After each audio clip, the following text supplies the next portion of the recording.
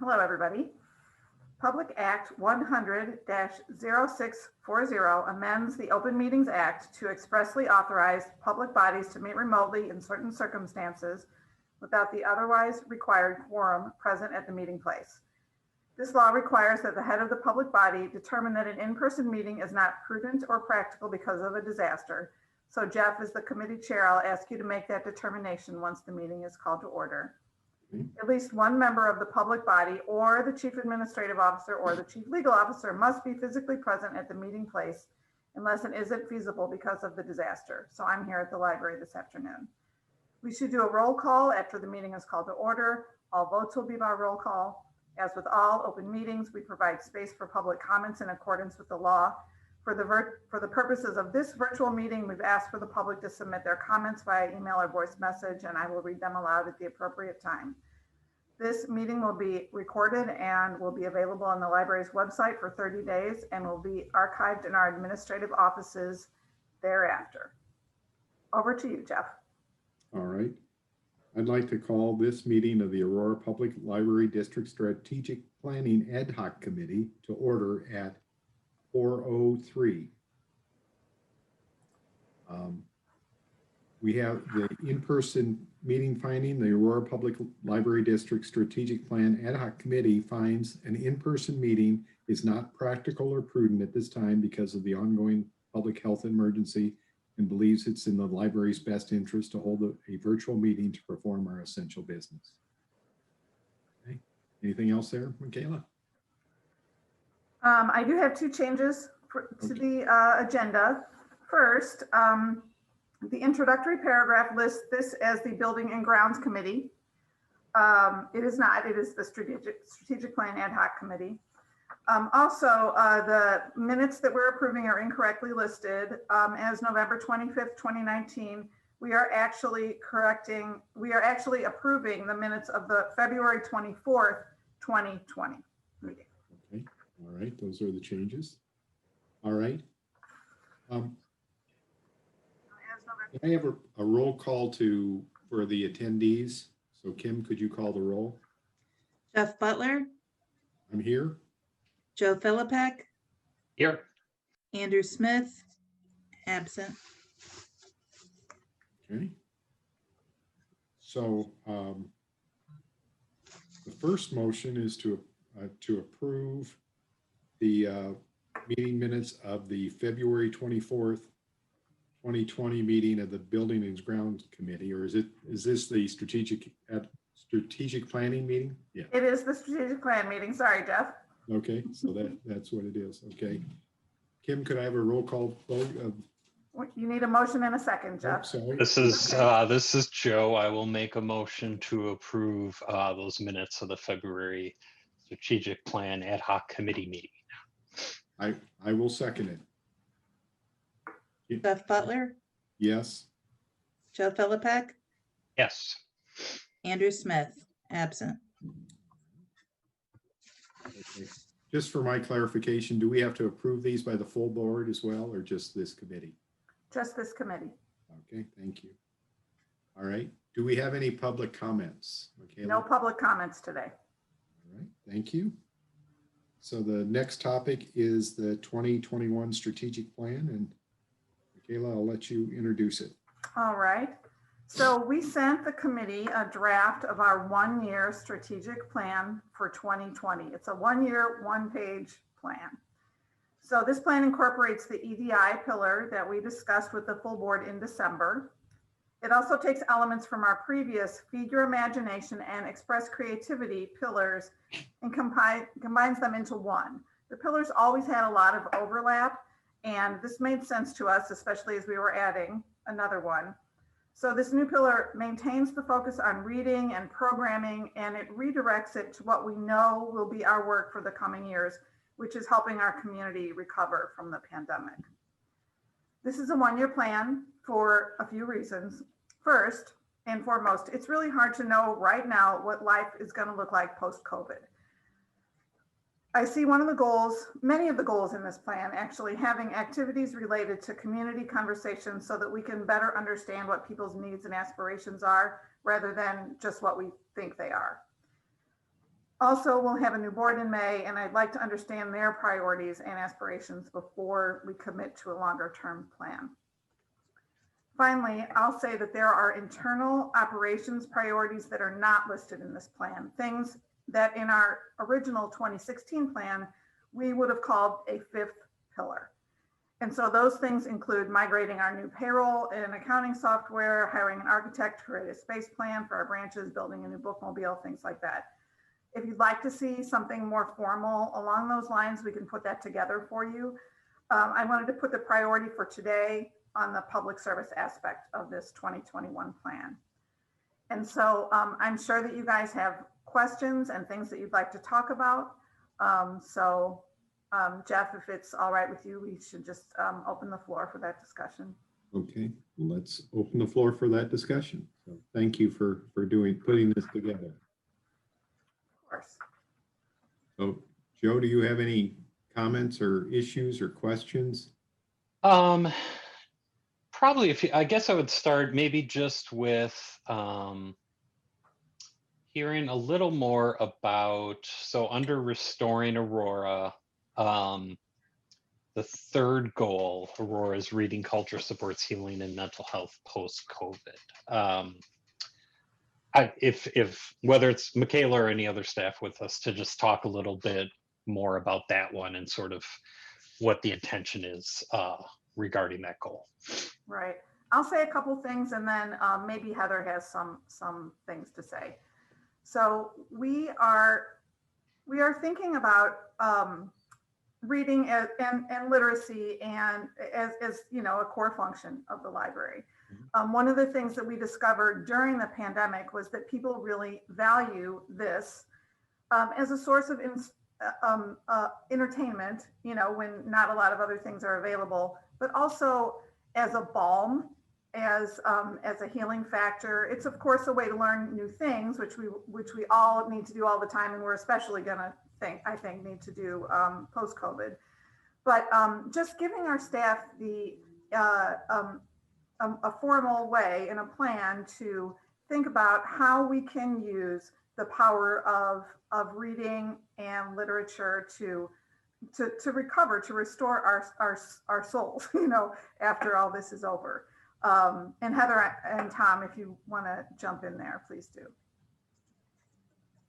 Sure. I'll just add that we know these sorts of programs have been successful in the past too, right? The library is a trusted resource for health information, especially with our Spanish-speaking population. We've had some successful programming for them from hospitals. You know, I think we want to build on that a little bit and make sure that we're not just addressing maybe physical health, but also mental health as well, you know, in this next couple of years especially.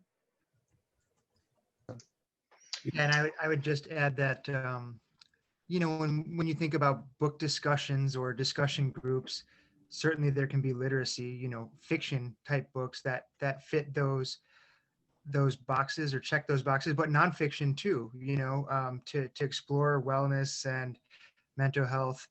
It just came up in a meeting that I had with Rails assistant directors today, that, you know, a lot of libraries are thinking about that for recovery. Got it.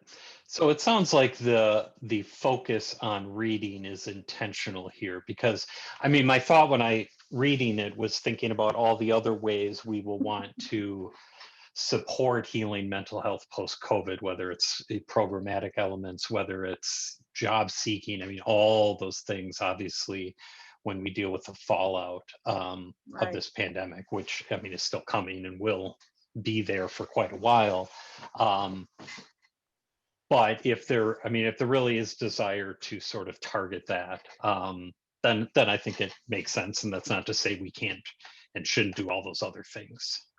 Would you like to see some language in there about the programming piece, how our programs also support healing and mental health?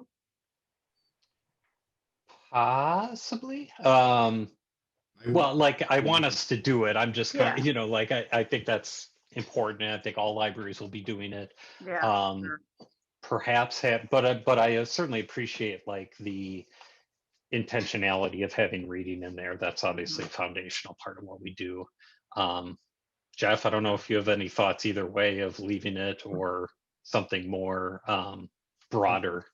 I like both the reading and the programs. I mean, if we could have programs that would So help. maybe both. Yeah, Yeah. I think I call them out separately. Yeah, Okay. for sure. We'll add that in there. Yeah. Because that's the intent, reading and programming, but yeah, great. Thank you.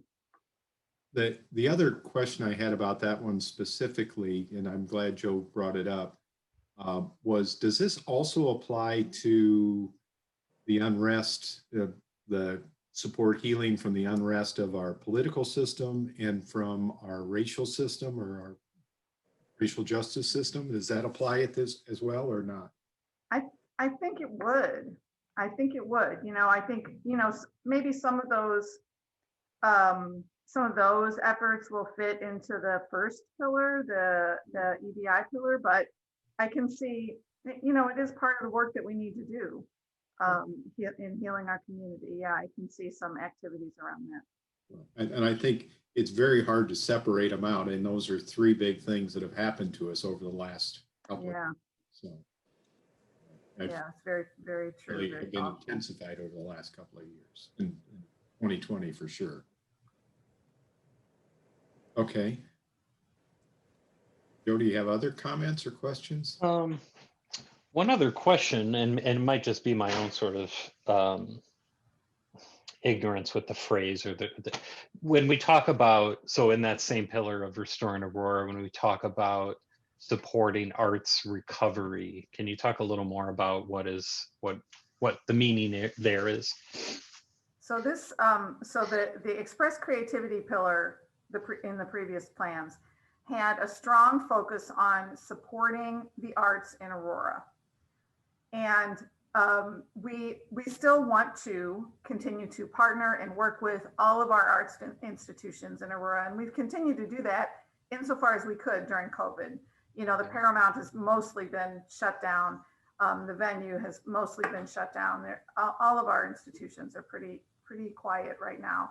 But we do think that they're all going to be restarting sometime this year, we hope, and so we want to be there to be a good partner and a resource for them, a bridge, between them and the community, however they want us to do that and however it makes sense for us.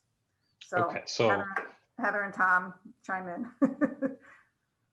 Yeah, and it's in there because I didn't want to lose that from the first plan, Joe. Yeah. It might have muddied it a little bit to drop it in there like that. But yeah, we don't want to forget that that's a huge part of the Aurora community and that we want to partner and help rebuild as much as we can. okay. So in action, a lot of it has to do with all those kind of art institutions in Aurora, and as they come out of this pandemic, what the library can do through partnerships and collaborative efforts too. Yeah, no, that makes sense. Yeah, and even some of our smaller, institutions, the Aurora, the Aurora Art League is not small, but the poetry group. What's the group that meets at West, Heather? I'm sorry, I just had a. A-Town Now, thank you. Now that you've said it, I was going to say A2, but I don't live by Ann Arbor anymore. So Oh thank my you. gosh. Sorry. A-Town Poetics members listening in, sorry about that. Got it. Yeah. Forgive me, where was that pillar you mentioned? I support it fully, but where was it? It was express creativity. But I mean, where is it on the new plan? I don't see what you're talking about. Oh, I think Joe's talking about the description under Restoring Aurora. The library supports small business, nonprofit, and arts recovery. Oh, okay. Yep.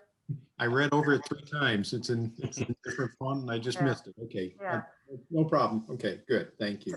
Since we're thinking about this pillar, we'd like your input on the title as well. We had a few ideas. I think we sort of liked Restoring Aurora the best, but we're open. I had a staff member comment that she thought restore was not ambitious enough, that we didn't want to just restore it. We wanted to be better, coming out of this.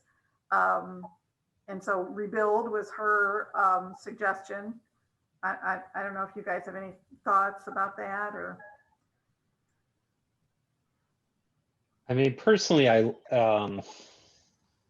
titles, I mean, I just think of all the webinar titles that like, there's the, yeah. How do you make it perfect in 2 words? But I like I mean, as simple as it sounds, to identify like Aurora in the title as opposed to something really broad, like inspire growth. Like, I think it's right to make the focus here on the community. Restore, rebuild, re-energize, refresh, I don't know. I don't immediately have a better, but I would say that I like that one as opposed to some of the more generic or general ones. Restoring doesn't hit me as right. I don't know what the right word is though. Yeah. It's invigorate, or it's rejuvenate, or it's some, but restoring sounds like we got hit by when we did get hit by it. It sounds like we're rebuilding. Yeah. Let me just Google every word that starts RE, and I'm sure that there's going to be one that's perfect. It's not just restoring, it's making it better, and I like that thought that you mentioned. So maybe we'll think of a better word between now and then, or we could open it up to the full board, or to if people have ideas between now and then. Right. I feel like Restore Aurora was a mayoral plan early on. Yes. But he wouldn't mind. He'd be okay with it. Yeah, sure. Yeah, he wouldn't. Okay, good. Okay, we'll look. We'll get our trusty Roger's out and look for some synonyms here. See if you can find something. That's right. Good. Joe, do you have other comments? I think I have one other, but I'm looking for it. So if you have others, Jeff, go ahead. I talked briefly to Michaela today about the one in the first paragraph that says the library will establish a more inclusive and equitable working environment. And I wanted to amplify on that to say we also have a more public environment, we work on an inclusive and equitable public facing portion. And they're 2 different things, and we don't want to lose that part of it. And it seems like that should be part of this goal, or part of some goal that says we're doing that we wanted. And the actions or the 2 goals below get to what we're trying to say, but I want to make it very clear that we're working on an inclusive public environment, or inclusive library. What if we add a goal? We can add a goal and say the library will create or provide or establish or something like that an inclusive, welcoming environment or something like that. I'd feel much better about that. And okay. then as in the next subject we're going to talk about, I think that goes directly to that. Right. So that's one action that we're going to be taking to achieve that goal. Okay. So, and I just don't want to lose that. And maybe a theme that I want to make sure is that we continue to think about is how do we serve the public better? How do we reach out to the community better? And I think that's that. And I know we're doing so much more than we did just a few short years ago. So it's not a criticism, but it's just an opportunity to say. Yeah, thank you for that. And I think you're right. I think it's important to, just to call it out in the plan so people can see that it's important to us. Thank you. Of course. Yeah, I agree. But I do like the idea of keeping that one goal intact, just as a really focusing inward in terms of organizationally, because that's a whole, but I'm totally with you, Jeff, on that other point, and whether it's a separate 4th goal or integrating into one of those other, I think either of those would work well. Yeah, I'd like it as a separate goal. That helps a lot. So good, thank you. Sure thing.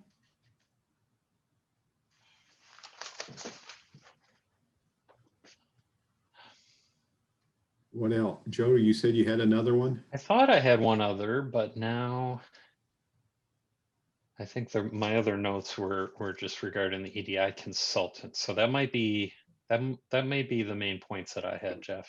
Okay. Yeah, I think this is a good set of goals.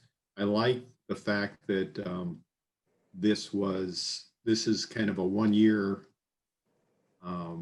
look at it to say, what are we going to do for the next year? Because we truly don't know what's going to happen in the next year and how the recovery is going to be coming out of our current situation to the new normal. So I think it's good to establish this and then let the new board and as we get out of the pandemic era, hopefully, that we look to the future then. So I think this is good. Thank you. All right, should I take a motion to approve these or recommend to get these approved? I will do that. May I have a motion and a second to recommend that the full board approve the 2021 strategic plan? This is Joe, so moved. And I will second it. Kim, can you call the roll call? Jeff Butler, Yes. Joe Philippak, Yes. Andrew Smith, absent. And that's yes as with the changes that we. I was just going to say, like with those kind of stated edits or amendments. Yes, thank you. Of Okay. course, we'll do that. Yeah. We can get that done on Monday, I think, and send it to you guys ahead of time, make sure that we're hitting the mark. So, Great. Okay. Nothing else on the strategic plan, then we will move to the EDI consultant. Kayla, I'll turn it back over to you. okay, so I'm going to ask Miriam to walk you guys through the process that she and her team went through to choose the consultant that we're recommending for you today. And then afterwards, I'm sure you guys have questions and things you want to discuss. So I'm gonna hand it over to you, Miriam, if you want to take that. I'm going to share my screen here. Mhm. Can you see my screen? Yes. Great. Mhm. Okay, so from our meeting in December, one of the things that I noted was our next step within the EDI pillar was to hire a consultant. We recognize that we don't have the expertise in assessing and or the level of EDI knowledge of best practices to implement the goals that we have set out for the EDI work. So hence we started looking at consultants. The process of how we narrowed it down to the consultant is we, within the team of 10 that we had, we compiled a list of recommendations and the team reached out to individuals, did their research about bringing what their thoughts were for consultants. So we narrowed it down to 9. From those 9, then we took a vote on which were great fits based off of the needs that we saw, based on the goals that we developed. And we narrowed it down to 5, and we reached out to those 5. And from the 5, 3 of them responded. And then these are the options of those 3.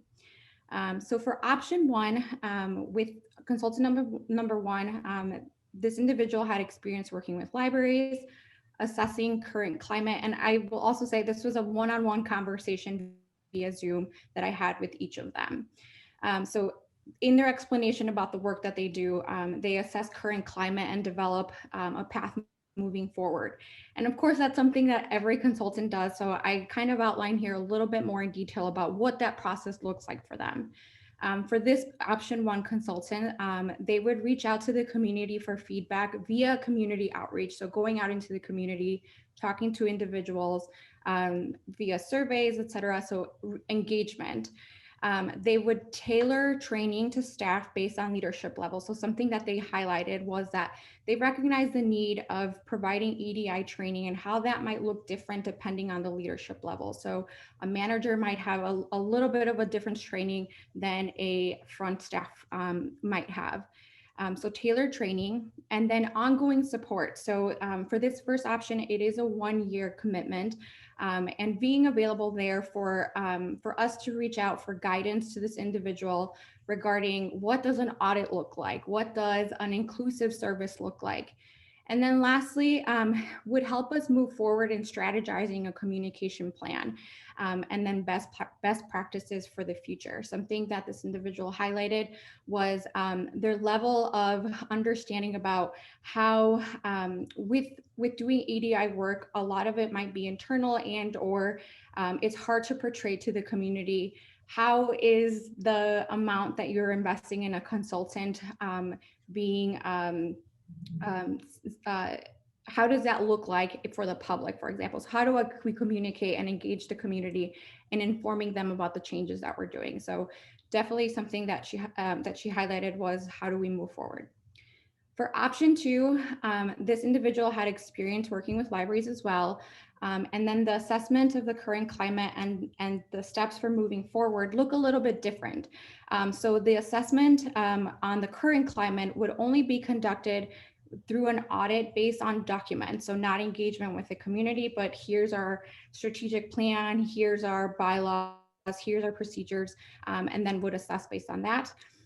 Training to staff is available, but that was an additional cost of $1,200 per training, and then 7 trainings is what she recommended. And then nothing really within the plan about what to move forward. It was just here's the audit that I conducted, and then here's some training that if you'd like to take it, here's what I have available, and then you decide what kind of training you'd like to have. And then option 3, the individual did have limited experience working with libraries. Their assessment with the current climate would be via a focus group that we would provide to this consultant, and a focus group between 10 to 15 individuals. And then training at a management level only was a training that was offered. So from those 3 options, our recommendation is option 1, which is RGW Consulting, and that's the document that we sent to you all. The cost of this individual was $48,400, and then just to give you a comparison based off option 1, 2, and 3 that I gave before. Option 1 was the $48,400. Option 2 was $28,100, and then option 3 was $80,000. So just to give you a sense about where that range lies.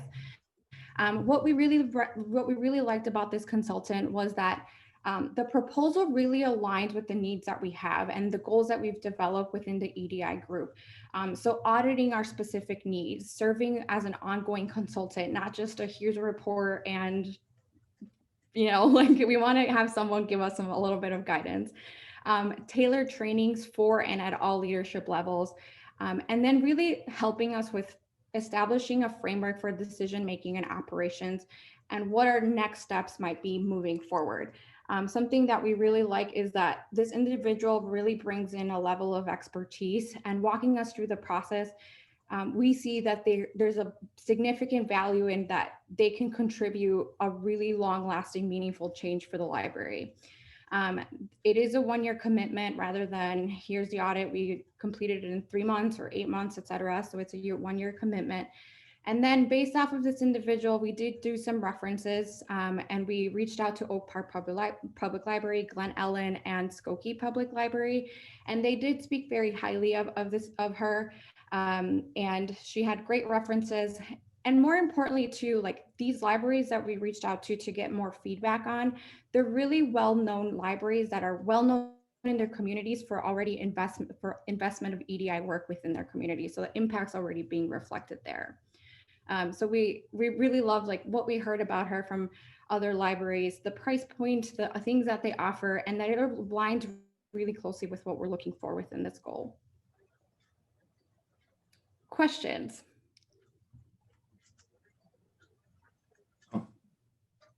Is she a one-man organization or one-person organization? Is she by herself? I believe she is. Based off of, she's the main person that communicated with that I met with. So I believe that she is. Okay, that's from looking at the website. That was my assumption, but it just wasn't obvious. One of the concerns I would have, or I'll jump right to it, is that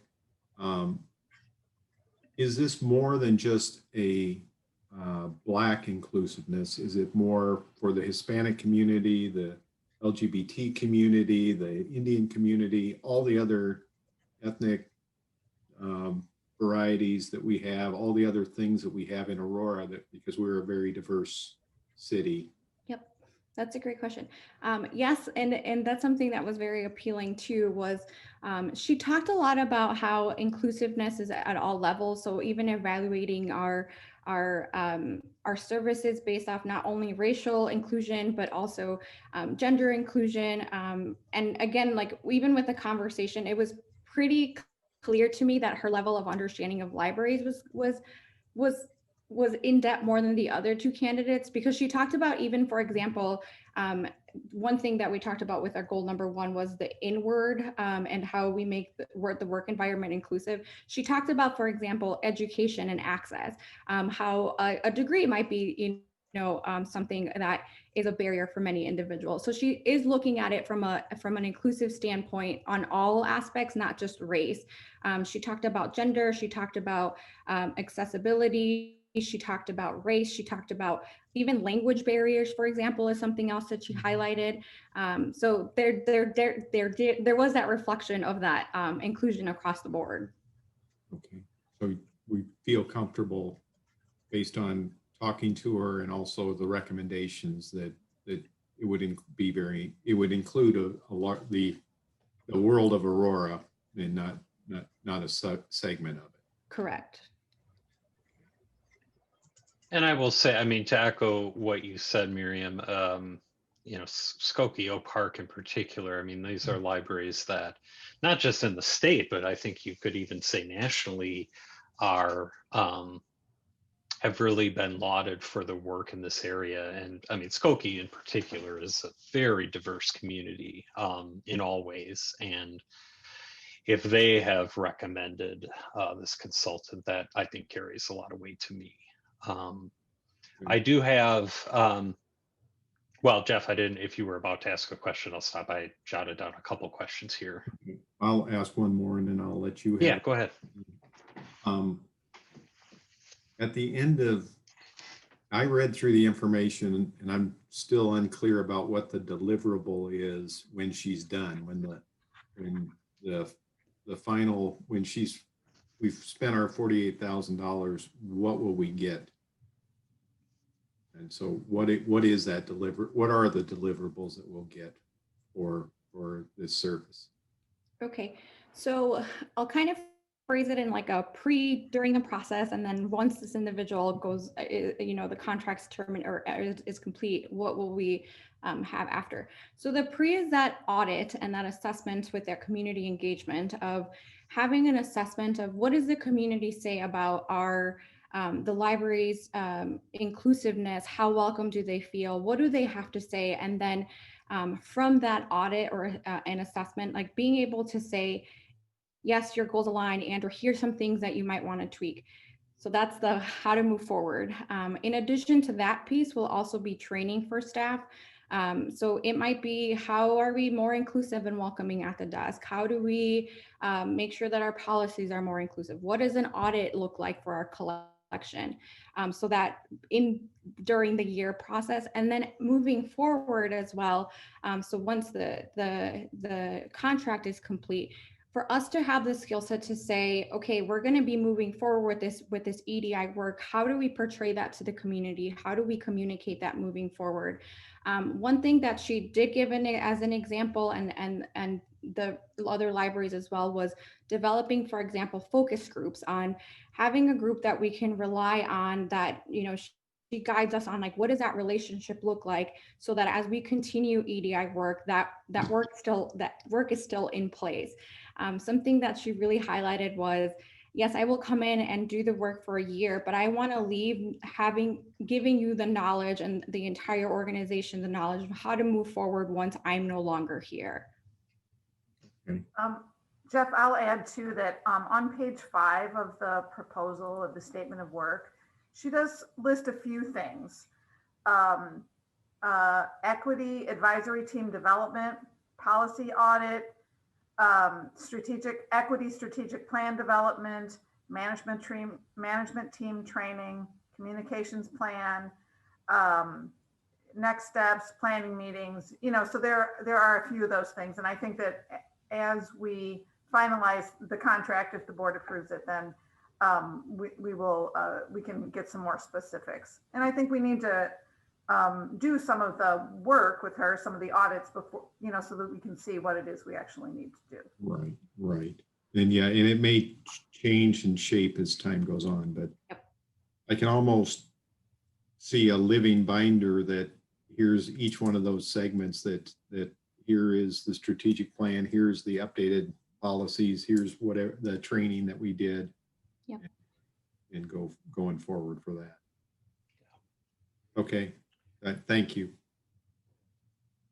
So I had a question about the training piece. Am I right did I read it correctly that the training that she would do is only for management or leadership positions, or did I not read that right? Like, would there be training that involves staff that are, part-time circulation staff, or is that a different component? It would be training tailored for each leadership level, Okay. not just management. She did Oh, okay. speak about exec team, management team, and then all staff. Okay, so it's not just a segment of staff that would Correct. be, okay. Just wanted to make sure of that. Was there any conversation around her ability to do this work, and particularly like the training and the meetings, in this kind of virtual environment we're in right now and could be in for still some time? Yep. Yes, there was. I'm trying to pull up which library specifically. But with two of them specifically that I remember, one of them did start planning with her in the fall of 2019. And that is something that they spoke very highly of, that they had this plan and then they had to switch gears really quickly when COVID hit. So they did talk about how she adapted very quickly to moving to a virtual world.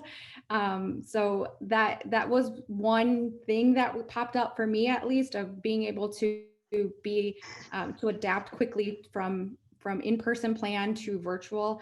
I did ask about how the engagement was with staff and in a virtual, especially with the training piece, and how that community engagement was, if there was an impact because they were meeting via Zoom, for example. And they didn't say anything negative. They said that she conducted exactly what they wanted or they had discussed, and there wasn't really any impact in a negative impact specifically. Sure. Okay, good.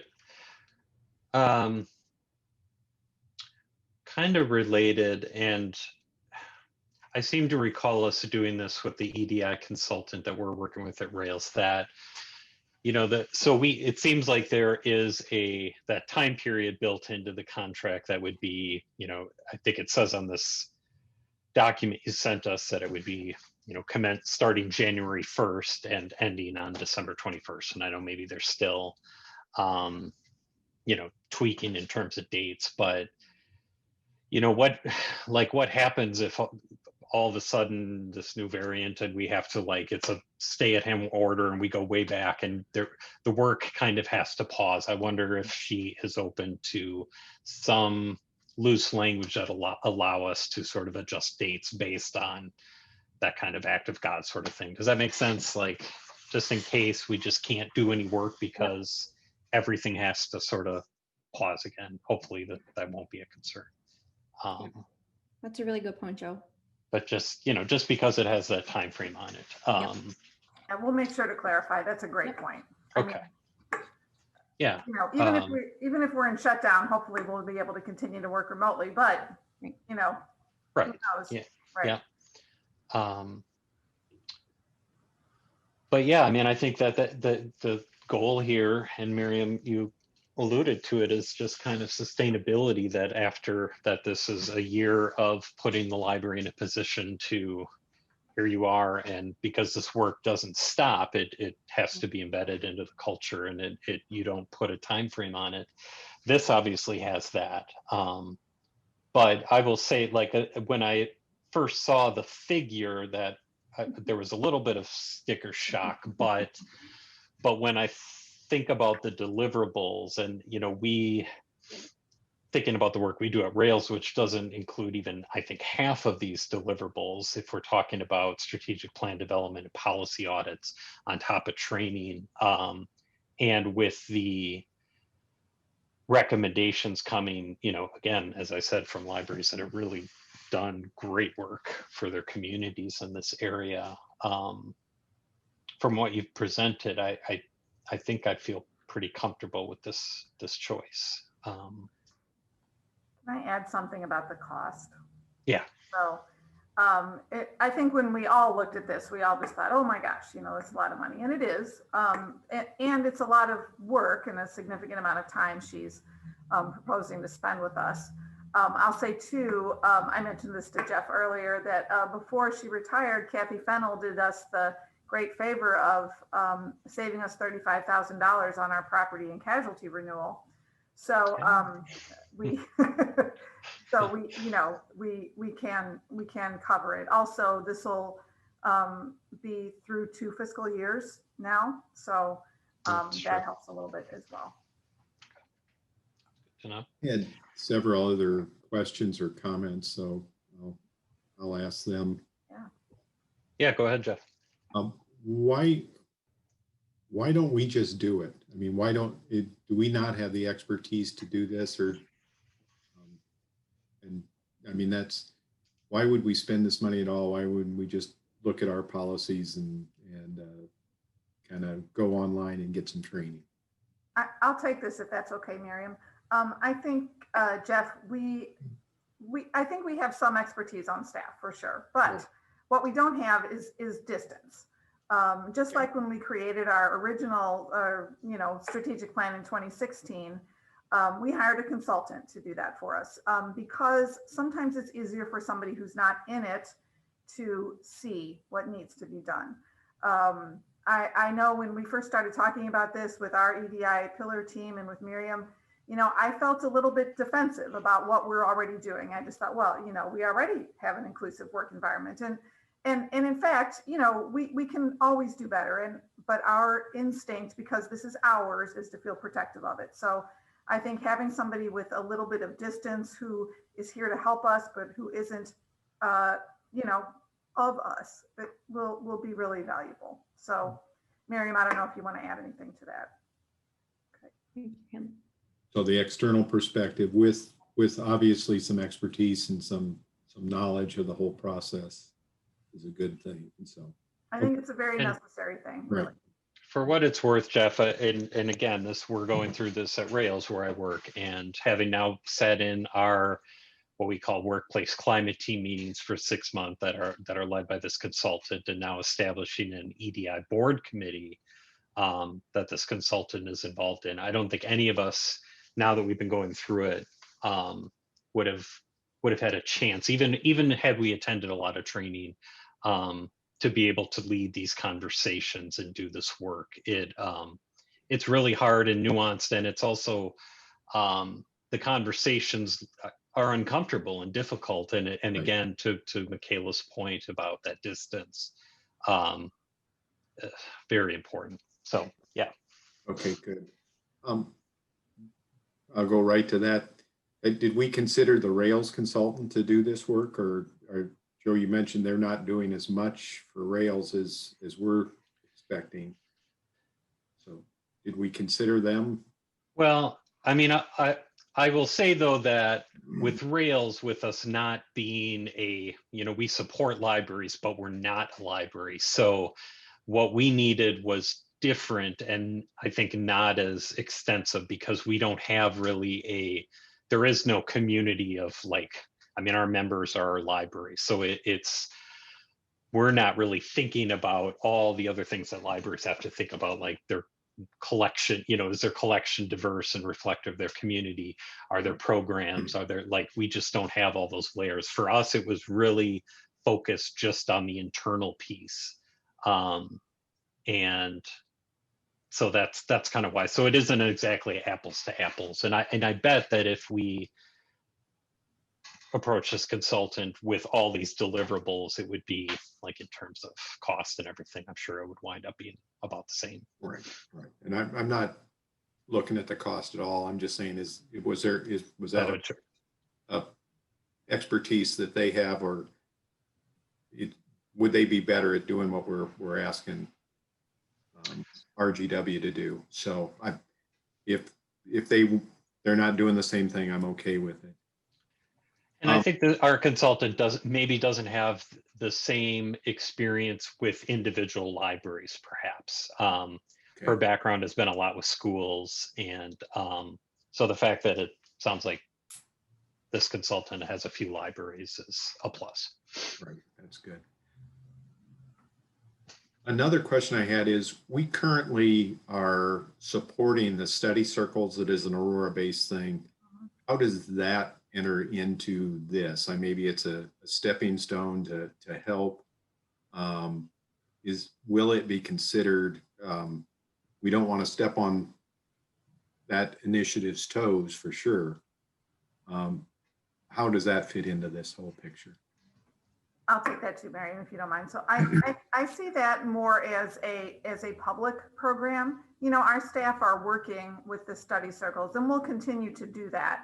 I think it fits into the strategic plan, under providing services and programs that are equitable.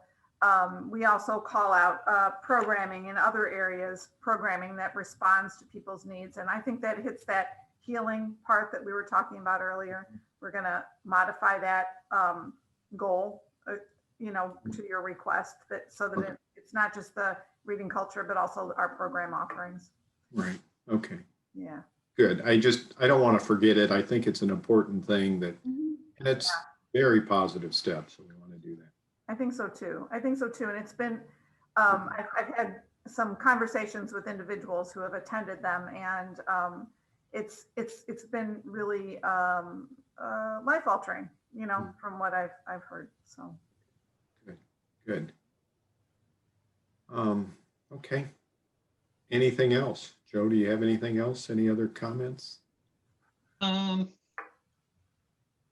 other thing I had, I don't know if, and this ties together with the strategic plan, of course, but is there anything related to, maybe I just read through it, but assessment and sort of how we, particularly at the end of a year, how we were able to sort of assess the progress that we've made as part of this year-long initiative? Was there any talk about that piece?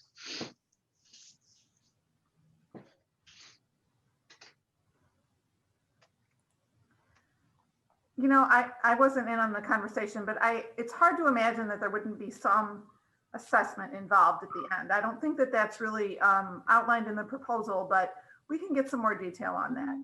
We will want that on our end too, to know that what we're doing is making a difference. We've been talking a lot internally about outcomes-based, assessments and evaluations, so that, what we want to do is change people's lives, improve people's lives. And so we'll ask for some help with that assessment piece along those lines. And again, it really is, we'd be doing this to support that pillar of our strategic plan, and thus with our strategic plan having, the ability at certain points to make an assessment of how we're achieving those goals, what we have our progress towards, and so forth. I think it will help us accomplish all of our goals in the strategic plan. The EDI pillar is, it is this plan essentially, but this is going to help us improve everybody's experience at the library. So,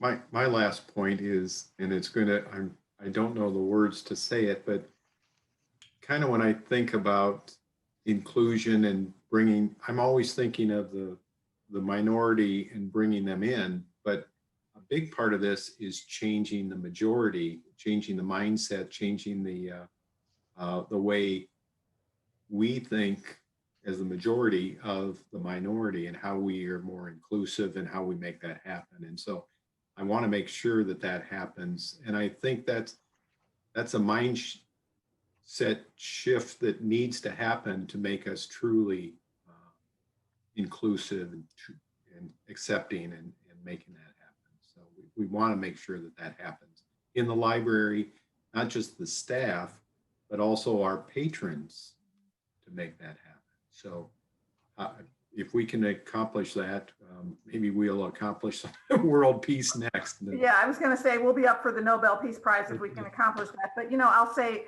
I think internally for sure, but for our community, I mean, we can support that and we can lead that and we can model that.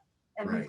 you know, she took Oak Park to a place that they never thought that they would be able to go as far as being a community leader in this equity issues. So I'm hopeful. Right. Okay. Good. And yeah, if we could get steps to that, to making that happen, it's money well spent. So it's good. All right. Anything else? No, just Miriam, thank you. I mean, the team, thank you. This, you know, looking at these consultants, and it's a big, it's a big job. But I think this is, I think you found somebody that again has the kind of experience and seems a good fit on the deliverables that we're looking for. So thank you. Miriam, one other question for you is, do you think you can work with her? Yes. I mean, you hit it off. If you say no, this is going to be a longer meeting, like recommending, but I don't like her at all, or, you know, Right. No. So good. Good. Yes. Yeah. I mean, it's really important to have a good relationship with a, Oh yeah. you're going to be spending a lot of time talking to her and working with her. So. It was a great conversation with her, and the reference calls also reassured that a lot of great Okay. relationships that she has with staff across levels. So that was Good. reassuring. Good. That's great. All right. Any other discussion? Okay. May I have a motion and a second to recommend to the full board approve the proposal and expenditure for the EDI consultant in the amount of $48,400? Is that the correct number as I remember? That's right. Okay. Yes, so moved is Joe. I will second it. Kim, could you call the roll? Jeff Butler, Yes. Joe Philippak, Yes. Andrew Smith, absent. Okay. And then Michaela, though you did say, or one of you will follow up just with that question about worst case scenario sort of thing, just Right. for a Yeah. little peace of mind. Great, thank you. Okay, good. Okay. Is there anything else? I think that's all that's before you today. Okay.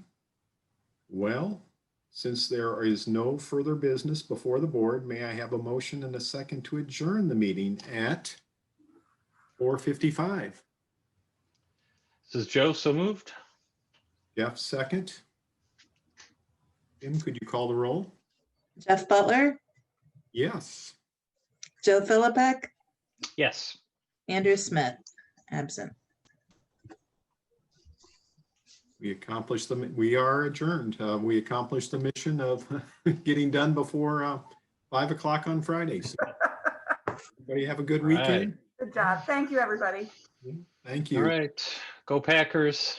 Even if you don't agree with me, go Oh Packers. my, that's a diversity. Work on that diversity. Okay. That's right. Hey, equity, inclusion, Equity, yeah, accept that's right. my Packer, my That's right. Chiefs-headedness. All right. Take care, guys. All right. Bye, everybody. Bye. Bye.